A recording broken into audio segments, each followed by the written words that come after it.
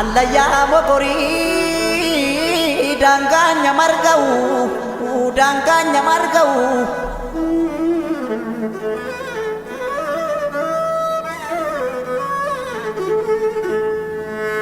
obsus naaf hin taane deensus naaf hin taane roorroon hin hammaatte nan baranan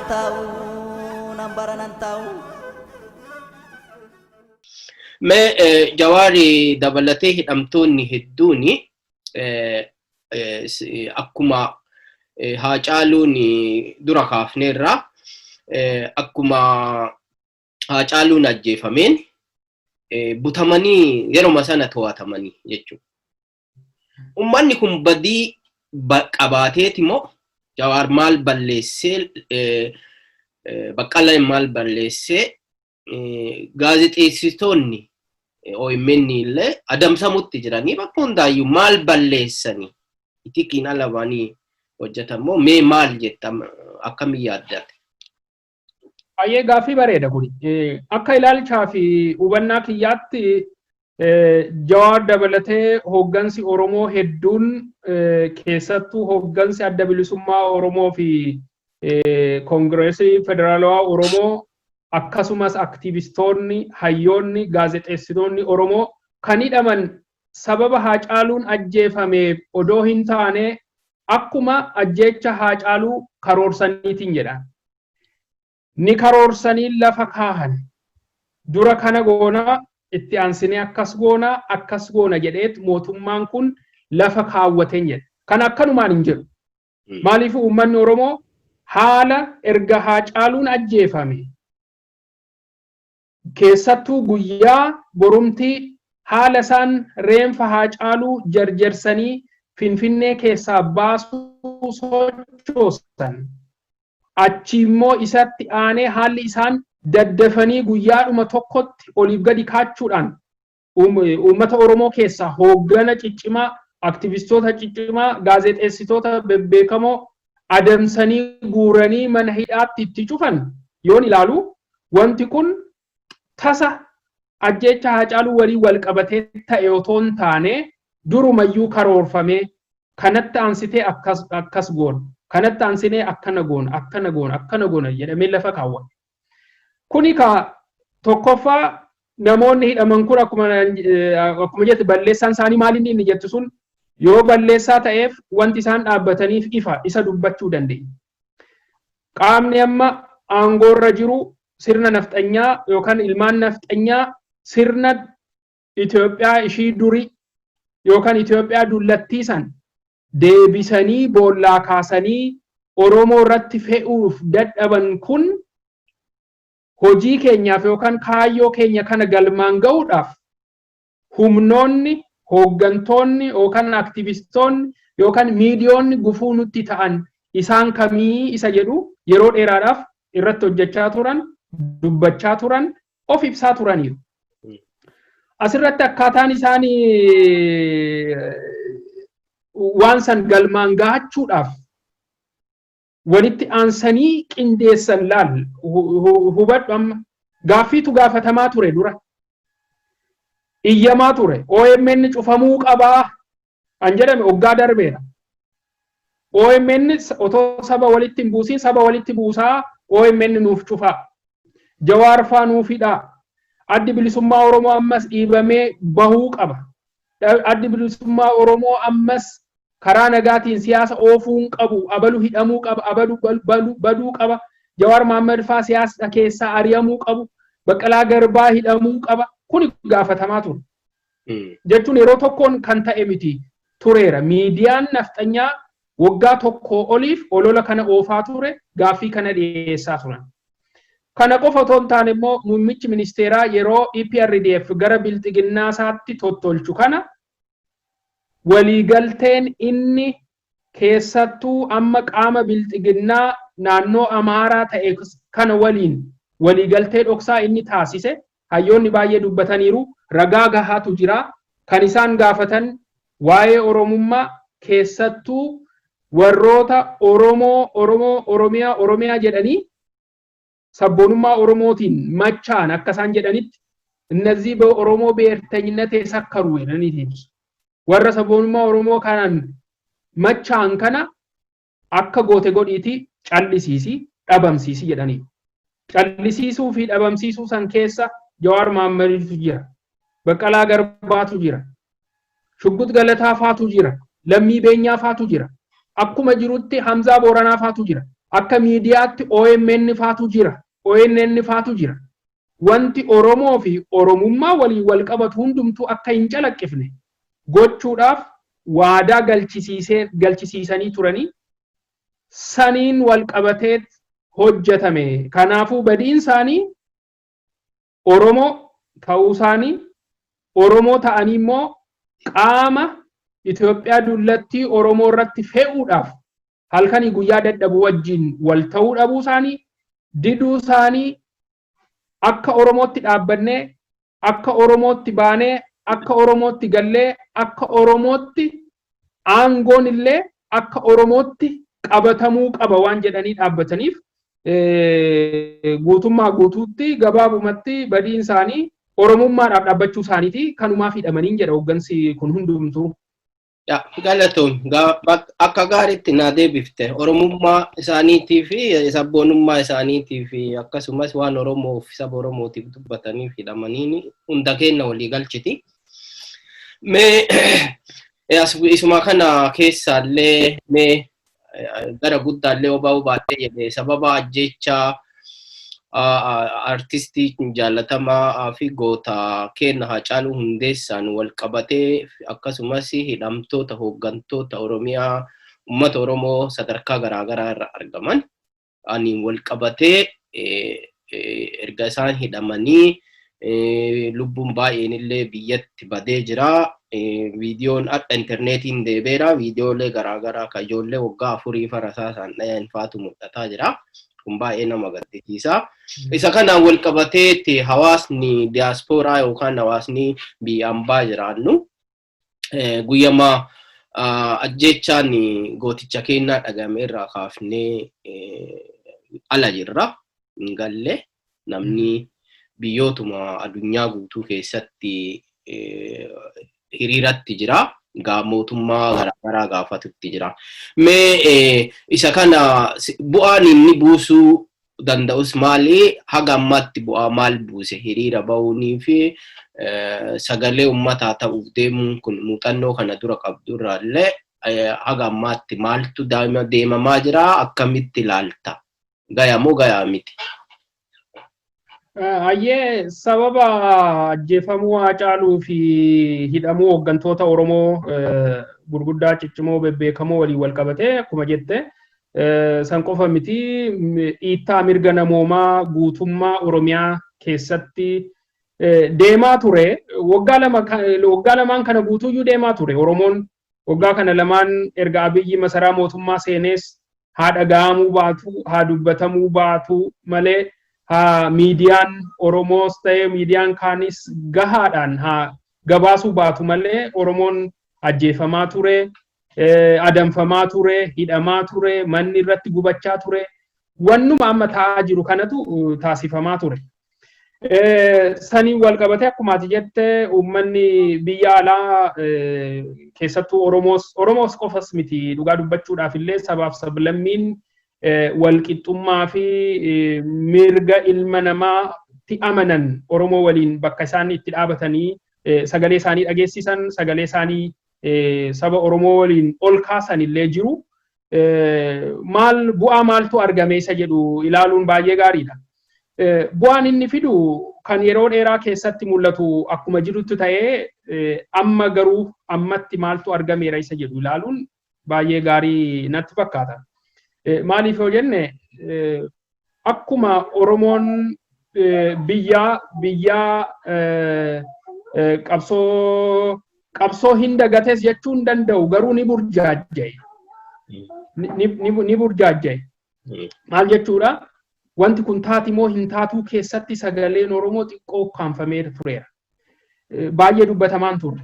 Sanirraa kan wal qabate Oromoon biyya alaallee callisee tureera jechuun ni danda'ama. Waliin dhaabbachuu, waa'ee biyyaa mari'achuu, waa'ee qabsoo Oromoo kana itti cimsee adeemuudhaaf walitti dhufeenyi ture hamma xiqqoo ture jechuun danda'a. Garuu ajjeechaa Haacaaluu kanaaf hidhamuu hoogganoota Oromoo walii wal qabatee hiriirri nagaa amma ta'e kun wannoota kana jijjiireera. Tokko Oromoo biyya alaa bittinnaa'ee ture walitti deddeebiseera. Isa jedhu akka hubannaa kootti argeera. Oromoota sirumayyuu achi goruu moo as goruu moo mootummaa jijjiiramaa kana deeggarru moo lakki immoo gaaffiin Oromoo deebi'aan jiru immoo maal goonu immoo jedhanii waan godhan wallaalanii galanii mana taa'an jechuun qabsoo keessaa of baasan qaama qabsootti deebiseera jechuudha. Akka deebisanii qabsootti deebiseera jedheen lafa kaa'a. Sadaffaa ilaalcha leelliftoonni sirna nafxanyaa biyya alaa jiraatan Oromoodhaaf qaban, Oromiyaadhaaf qaban irra deebisee ifaan ifatti mirkaneesseera. Maaliifuu bakka bakkatti namoota alaabaa Oromoo waan biraa miti. Alaabaa Oromoo uffatanii sagalee saba isaaniitiif ta'uudhaaf deeman haga dhukaasanii rukutuutti wanta arrabaa dhiisi, wanta jechaa dhiisi, wannoota miidiyaan isaanii hojjetan dhiisi. Haga dhukaasanii rukutuutti ga'uun isaanii ilaalchi leellistoota sirna nafxanyaa ammas Oromoof Oromiyaadhaa qaban ifaan ifatti ammas mirkanaa'eera, addunyaattis mul'iseera. Kunis bu'aadhaan jedhaan. Inni kaanidhaa fi ajjeechaan waggoota 2 waraana Abiy Ahmediin Oromiyaa keessatti keessumattuu Boorana keessatti, Gujii keessatti, Wallagga keessatti, akkasuma Walloo keessatti adeemaa ture. Garuu sadarkaa addunyaatti baay'ee hin dubbatamin yookaan baay'ee hin dhagahamin ture addunyaatti saaxilameera isa jedhuun lafa kaa'uu barbaada. Inni kaan addunyaa sobaa fi fakkeessaadhaan Abiy Ahmedii fi badhaasa Noobeelii nagaa badhaaftetti badhaasni keessan suni kan sobaatii jedhamuun danda'ameera. Kuni keessattuu sochii hawaasa Oromoo biyya Noorweey jiraaturraan qabxii guddaa yookaan bu'aa guddaa argame jedhee lafa kaa'a. Badhaasni sun irraa haa ka'u irraa hin ka'iini otoo hin taane dubbiin jiru yookaan qabxiin jiru qabatamaadhaan badhaasni isin badhaastan sun kan sobaati. Badhaasni isin kennitan sun kan hin malle. Namni kun nama nagaa miti, nama lolaati. Namni kun nama Itoophiyaa fuulduratti ceesisu otoo hin taane sirumayyuu Itoophiyaa biyya sabaaf sablammii otoo hin taane biyya afaan tokko, aadaa tokko, amantaa tokko godhee impaayeritti duubatti waggaa 100 deebisuudhaaf dadhabaa jiru akka ta'e kanas hubachiiseera jechuudha, agarsiiseera sochiin kuni. Inni kan biraa immoo yoo ilaalle waa'ee Oromoo fi Oromiyaa ol deebi'ee miidiyaa addunyaa irratti ijoo dubbii akka ta'us taasiseera. Biyyoota garaagaraa irratti sochii babbareedaatu ta'e, uummanni hamileedhaan bahe, mootummaa Itoophiyaa ni morme, dhiittaa mirga namoomaa Itoophiyaa keessatti adeemsifamu sagalee adda addaatiin sagalee ol qabatee dubbate. Sanirraan kan ka'e dhimmi Oromoo fi Oromiyaa deebi'ee miidiyaa addunyaa garaagaraa irratti ijoo dubbii ta'eera. Isaan kun kan waan haga ammaatti argamanii gara fuulduraatti garuu wanti itti fufuu qabu kana caalaa qabatamaan wanti ta'uu qabu baay'eetu jira. Keessattuu hawaasni amma xiiqii keessa seenee itti dhaga'amee hoogganni isaa hidhamuun, artistiin isaa qabsaa'aan isaa jalaa ajjeefamuun, uummanni isaa jalaa dhumuun, manni uummata isaa irratti gubachuun aarsee xiiqeffachiisee biyya alaa keessatti sochii adda addaa taasisu kuni sochii kanaan itti fufee waan barbaachisu gochuudhaan qabsoo biyyaa ittuu gargaaree ni finiinsa jedhee tan abdadhaa. Kun kan eegamu kan ta'uu malu.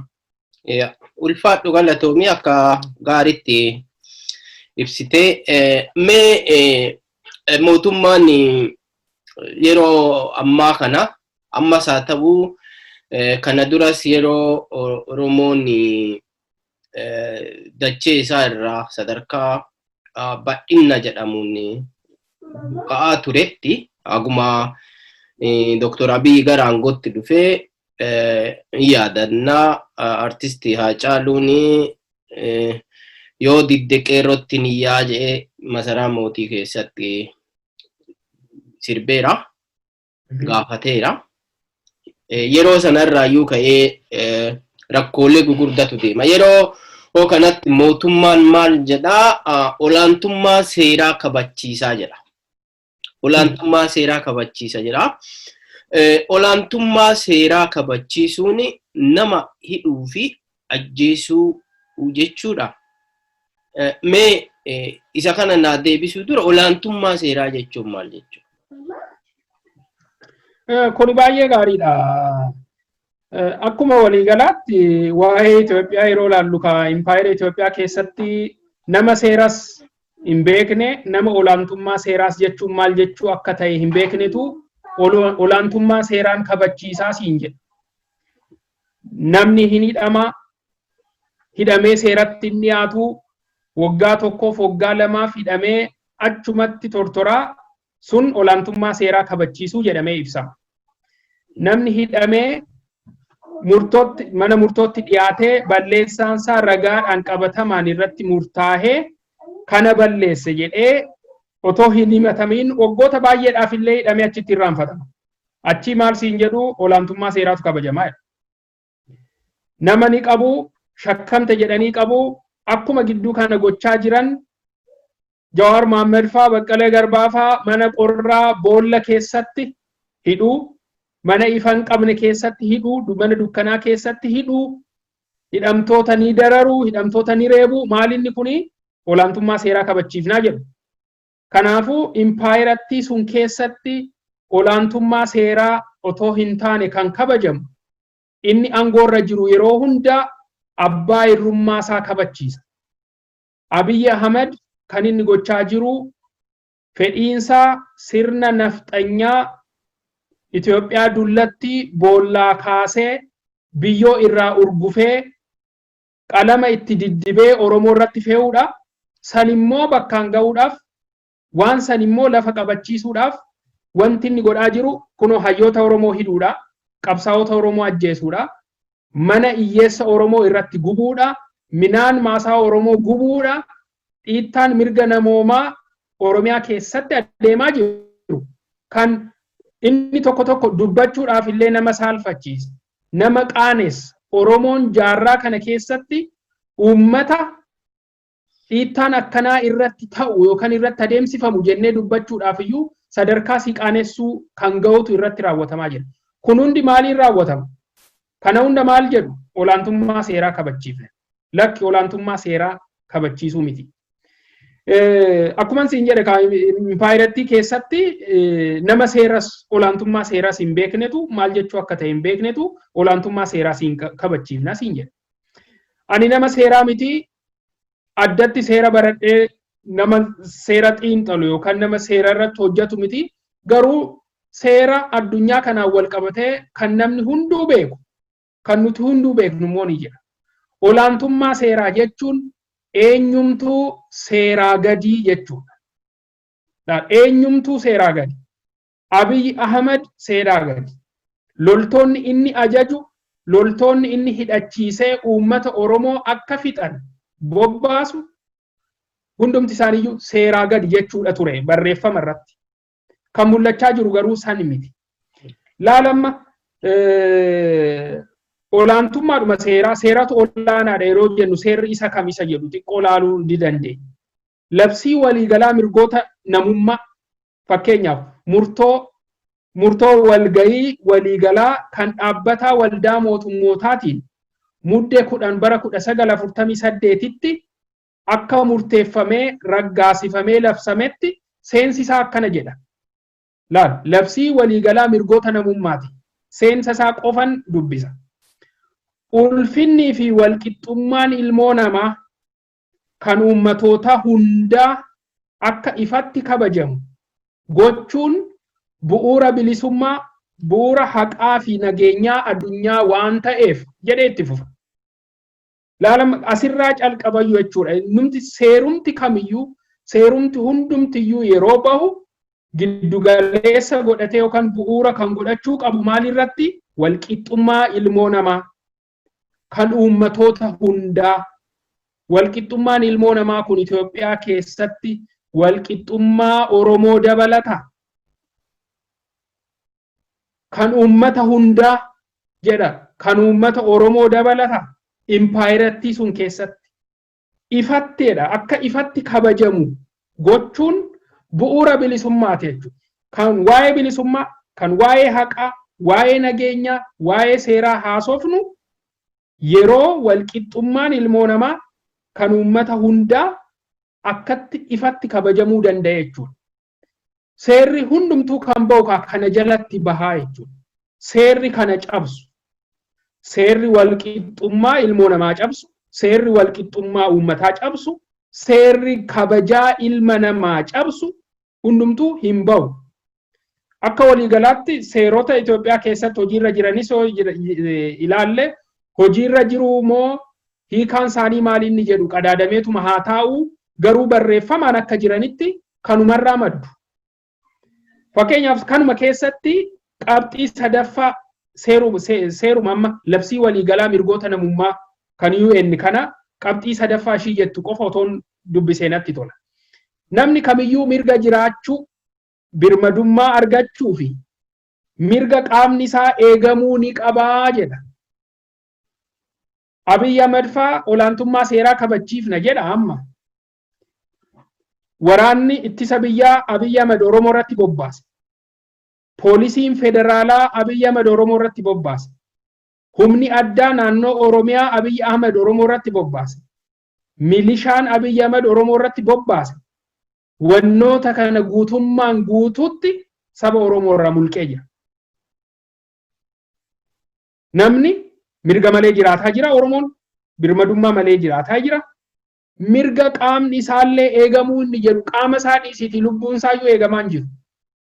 Oromoo abbaa feetu ajjeesee dhaadataa jira. Hin gaafatamulle kan gaafatamuyyuu hin jiru. Kanaafuu Itoophiyaa keessatti wanta olaantummaa seeraa kabachiisuu jedhu hin jiru. Olaantummaan seeraa hin jiru. Otoo olaantummaan seeraa jiraate duraan dursee kan mana murtoo dhaabbatu Baqqalaa Garbaa miti, Dr. Shuggut Galataa miti, Jawaar Mohaammed miti, Lammii Beenyaa miti, Hamzaa Booranaa miti, silaa wanti sun kan calqabu Abiy Ahmed irraa calqaba. Dammaqaa Mokonnin faatu dhaabbata. Otoo olaantummaan seeraa jira ta'e.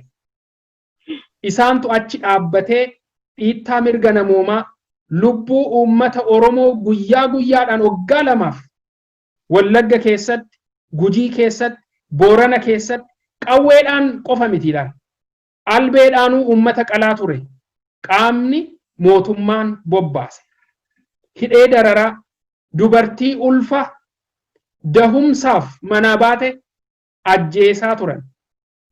Qaamni kana ajaje, qaamni hidhataa kana abboomu silaa otoo olaantummaan seeraa jiraate kan dura mana martoo dhaabbatu Abiy Ahmed faa ture. Kanaafuu olaantummaan seeraa inni jedhu Itoophiyaa keessa sura bayyuu hin jiru.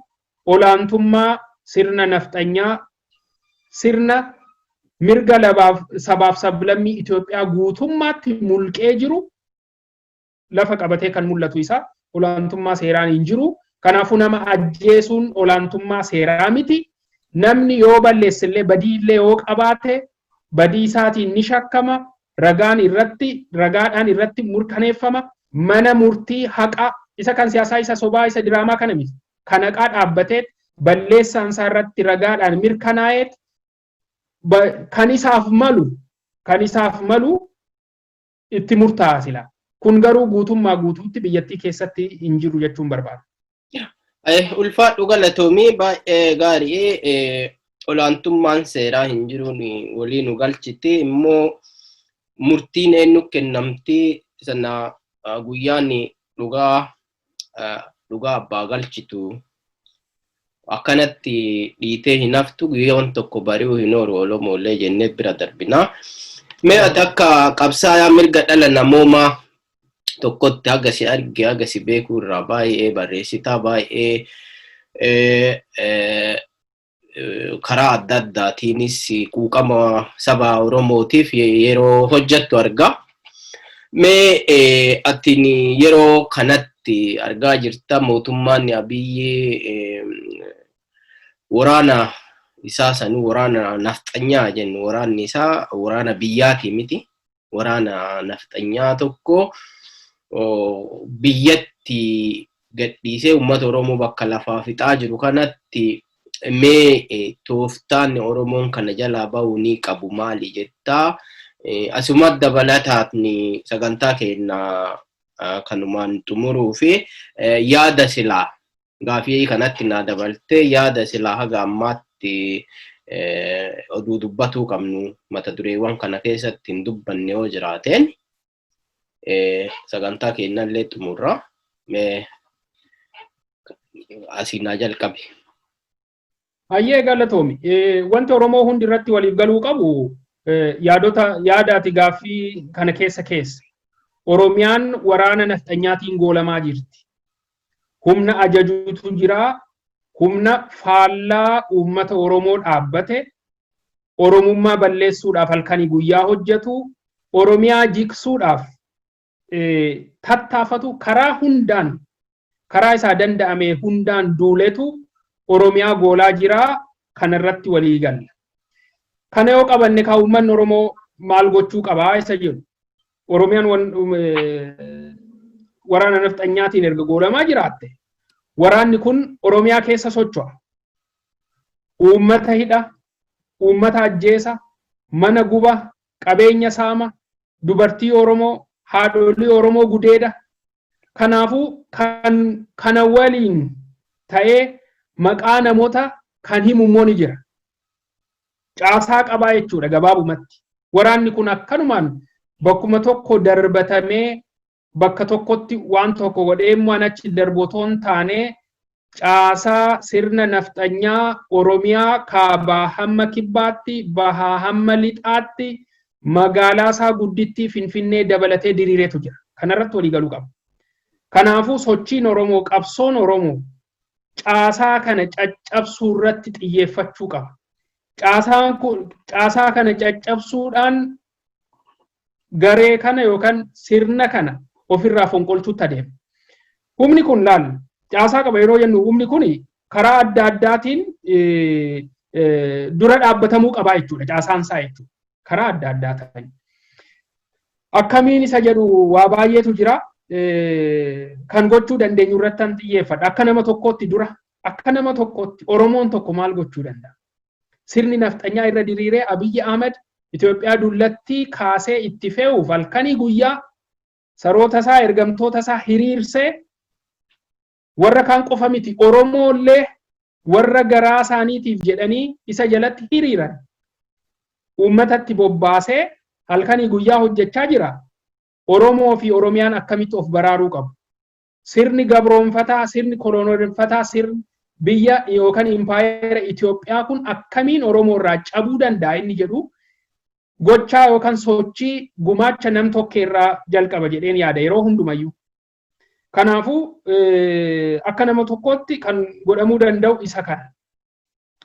Namoota sirna nafxanyaa kana waliin walitti hidhata qaban saboota kaanis haa ta'anii amma rakkoon sabaaf sablammii gidduu miti Oromoo fi sirna nafxanyaa Abiyyi Ahmediin hoogganamu irran deebi'a. Rakkoon amma jiru rakkoo namoota gidduu, rakkoo amantaa gidduu, rakkoo sabaaf sablammii gidduu otoo hin taane rakkoo Oromoo fi Oromiyaa eenyu waliin qaban? Sirna nafxanyaa Abiyyi Ahmediin hoogganamu waliin qaban. Namoota sirna nafxanyaa Abiyyi Ahmediin hoogganamu kanaan walitti hidhannoo qaban immoo akka nama tokkotti karaan isaan dhaabuu dandeenyu yookaan dhiibbaa irratti gochuu dandeenyu baay'een ni jira. Sochii hawaasummaa keessaa baasaa. Waan qilleensa irraa otoo hin taane waan qabatamaan dubbadhu. Yaa Oromoo qe'ee kee keessatti, ganda kee keessatti, aanaa kee keessatti, magaala kee keessatti, bahaa hamma dhiyaatti, kaabaa hamma kibbaatti namoota si keessa taa'anii caasaa sirna nafxanyaa Abiyyi Ahmediin hoogganamu kana tumsan, karaa agarsiisan, yaadaan deeggaran, qarshii deeggaran, qarshii hin deeggaran, karaa adda addaatiin deeggaraa jiranirraa sochii hawaasummaa keessaa baasi. Yeroo du'an warra du'aa isaanii hin dhaqiin, yeroo eebbifaman baga gammaddan jechuu hin dhaqiin, yeroo dhukkubsatan hin dhaqiiniif kana nama tokkotu gochuu danda'a beeki. Tokkoon Oromoon kana gochuu danda'a. Inni lammataa diinagdee irratti. humni waraana bobbaasee of ijaaree ifaa fi karaa beekamuu fi karaan beekamneen of ijaaree Oromoo irratti xiyyeeffatee Oromoo fixaa jiru, Oromiyaa diigaa jiru kun diinagdee cimaa qaba. Diinagdeen isaa kun immoo maddi isaa wal sobuu hin qabnu Oromoof Oromiyaadha. Biyya alaarraas ni deeggarama. San miti inni guddaan Oromoof Oromiyaadha. Kanaafuu diinagdee qaama kanarratti humna kanarratti xiyyeeffachuun Oromoon tokkoon isaa waan gochuu danda'utu jira. Fakkeenyuma salphaadhuma yaa Oromoo qe'ee kee keessatti ganda kee keessatti isa sirna nafxanyaa kana walitti hidhata qabu gargaarsa yookaan qaama caasaa mootummaa Abiyyi Ahmed ta'e kanarraa hin bittiin ittis hin gurguratiin kana nama tokkotu gochuu danda'a laali. Kuni dhaaban barbaachisu, hooggana guddaan barbaachisu, miidiyaan barbaachisu, tokkoon Oromoon kana gochuu danda'a. Hojjetoonni mootummaa bakka hojjetanitti akka nama tokkootti waan Oromoo dhiimu, waan Oromoo miidhu, waan Oromiyaa diigu gochuu hin qaban. Isarraa of qusachuu qabu. Ilmaan Oromoo raayyaa ittisa biyyaa fi poolisii adda addaa keessa jirtan uummata keessanirraa diina yoo tiksuu dadhabdan ittiin dhukaasina. Kanas nama tokkotu gochuu danda'a. Yoo kutannoon jiraate qawwee kee fudhuutii qawwee kee gara diina Oromoof Oromiyaatti garagalfadhu.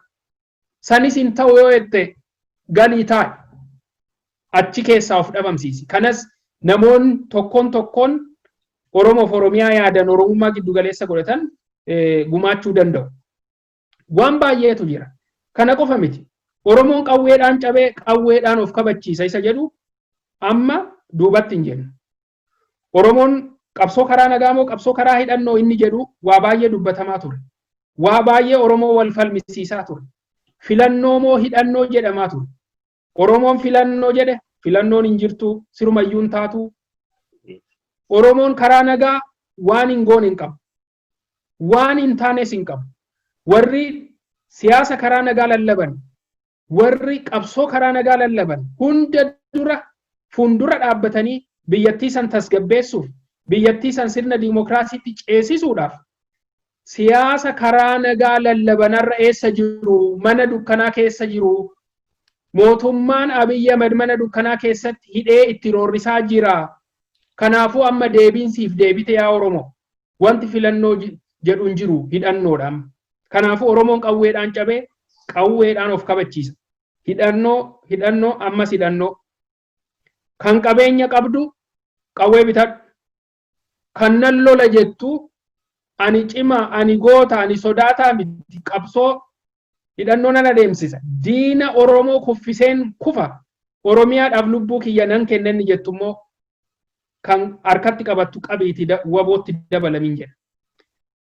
Kanumaan wal qabatee wanti akka dhumaatti kaa'uu barbaadu hunduma keenya irraayyuu kan eeggamu hoogganaa biyya alaatii hin eeginaayin jechuun barbaada yaa Oromoo. Qabsaa'onni dhugaa Oromiyaa keessa jiru. Hoogganni dhugaa Oromiyaa keessa jira. Biyyi alaa warri biyya alaa jirru kun hundumtu qabsoo waan dandeenyuun ni gargaarra. Kanaafuu Oromoon Oromiyaa keessa jiru guutummaan guutuutti hoogganaa biyya alaatii eeguu hin qabu. Kana wal qabatee yaada osoo hin dubbatiin na hafe jetteetta qabxiidhuma tokkoon kaasa. Qabxii tokkitti qofan kaasa. Tuttuqne irrallee. Rakkoo nama Oromiyaa keessa jiru rakkoo amantii fakkeessuuf baay'ee dadhabbiitu jira. Akka argaa jirtutti. Miidiyaa biyya keessaa olola guddaatu jira. Isa qofa miti ansi gaddisiisu biyya alaatti leellistoonni sirna nafxanyaa walitti dhuftee hiriira nagaa baana jettee Oromoon akka saba jibbutti akka amantaan tokko akka walitti bu'iinsi amantaa jirutti faa dhiyeessaa jiru. Sun akka Oromoo hin ilaallanne Oromoon shira kana ni beeka hin beeku jedhee tanan miti anan dubbadhu waluma yaaddachiisuudhumaaf. Rakkoo nama Oromiyaa keessa jiru rakkoo amantii fakkeessuuf haa dadhaban malee shira kana Oromoo hundi beekee dammaqinaan maskiida Oromiyaa keessa jiru sirritti nuuf eegaa. Yaa Oromoo bataskaana Oromiyaa keessa jiru sirritti nuuf eegaa. Kana qofa miti. Bakka musliimonni lakkoofsaan xiqqoo ta'an eegumsa addaa godhaa fi warri kaan bakka kiristaanonni ganda yookaan magaalota kiristaanonni xiqqoo ta'an immoo warri kaan eegumsa addaa godhaa fi akkuma waggoota darban TPLF kaardii amantaa fayyadamuudhaan qabsoo Oromoo xureessuudhaaf yaaliin ishiin goote hundumtuu qilleensa ta'ee hafe ammas Abiy Ahmedii fi gareensaa waan kana yaalii abdii kutannaa gochaa waan jiraniif waan kanas akka jalaa bittinneessitan yookaan akka fashalu nan abdadhaa kanatti cimsaa sabaaf sablammii ofitti qabaa Oromoon nama haammatanni jedhamu kun hin haammata jedhu isaanis hin jedhu jechaaf jenna miti Oromoon uummata nagaa akka ta'e otoo ta'e silaa warra kaantu dhugaa bahaa fi warra Oromoo keessatti jiraate horatee qabeenya godhatee bara dheeraa jiraatee umurii isaanii keessa jiraata isaantu dubbachuu qaba nuti dubbachuu hin qabnu kanas amma mirkaneessa garuu immoo isa caasaa mootummaa gabroonfataa mootummaa sirna nafxanyaa deebisee sirra diriirsuudhaaf adeemu kana Oromoo haa ta'u saba kaan biraa haa ta'u bira hin darbiini irratti qabsaa'ii irratti aantaa jechuun barbaada kanumaanan xumura yaada kana. Ayyee ulfaadhu baay'ee galatoomii akka gaariitti ibsitee sagantaa keenya kan guyyaadhaa kanumaan goolabaa dhaggeeffattoota keenya kun ka hordofaa jirtan Oromiyaa Digital Media obbo Tsaggaayee Haayiluu waliin gaafiif deebii haala yeroo biyyaarra godhaa turre kan guyyaadhaa kanumaan xumurraa atillee obbo Tsaggaayee waamicha keenya kabajtee asirratti dhiyaattee yaada badhaa kana nu kennuu keetiif ulfaadhu galatoomii horii bulisiin jedha. Galatooma Oromiyaa Digital Meediyaan illee kana duras sochii yeroo sabni keenya sagalee adda addaa barbaade keessatti sochii cimaa gochaa turtanii amma immoo irra caalaa kaleessa caalaa yeroon sabni Oromoo isin barbaadu Oromiyaan isin barbaadu amma hojii gaarii hojii cimaa jalqabdan kana itti fufaa waan naaf feertaniifis galatoomaa jechuun barbaada. Ayyee ulfaadhu sagantaa kanumaan xumurraa yeroo biraa walitti deebinaa dhaggeeffattoota keenyaa kan yaada addaa yoo qabaatanii nu barreessaa nu qunnamaa namoonni sagalee karaa Oromiyaa Digital Meediyaan sagalee uummataa ta'uu barbaadanis isinii dhiyeessinaa dhiyaadhaa jedhaa kanumaan nagaan nu turaa jedha.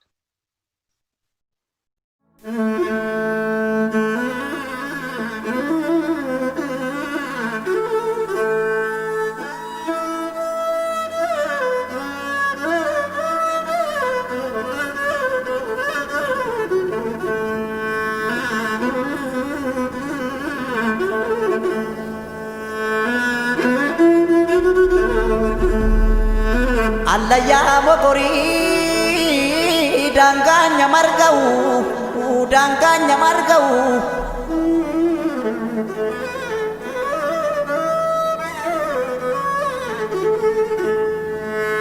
obsusna fintane densusna fintane roroni namate nambaran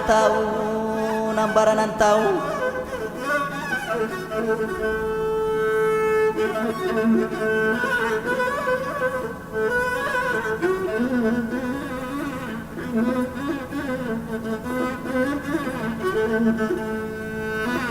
surre jilbaran numte tabatu waranata surre jilbaran numte tabatu waranata roroke ofitti dufte tabatu tattafatan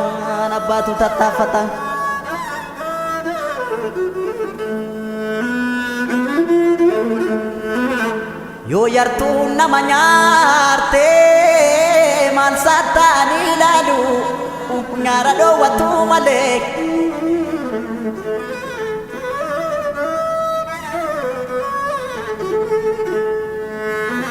akashi lamu nyare biye nyachisu male yo yartu raanani gafa sodatamani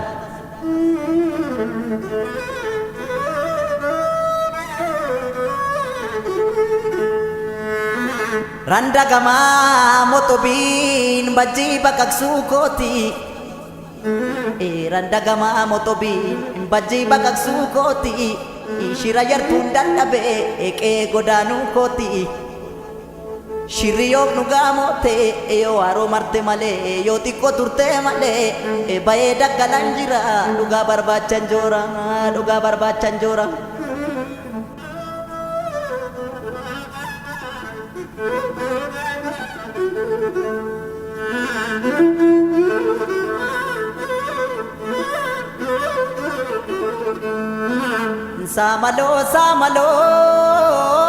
Samalo nimpati yo makanat tapti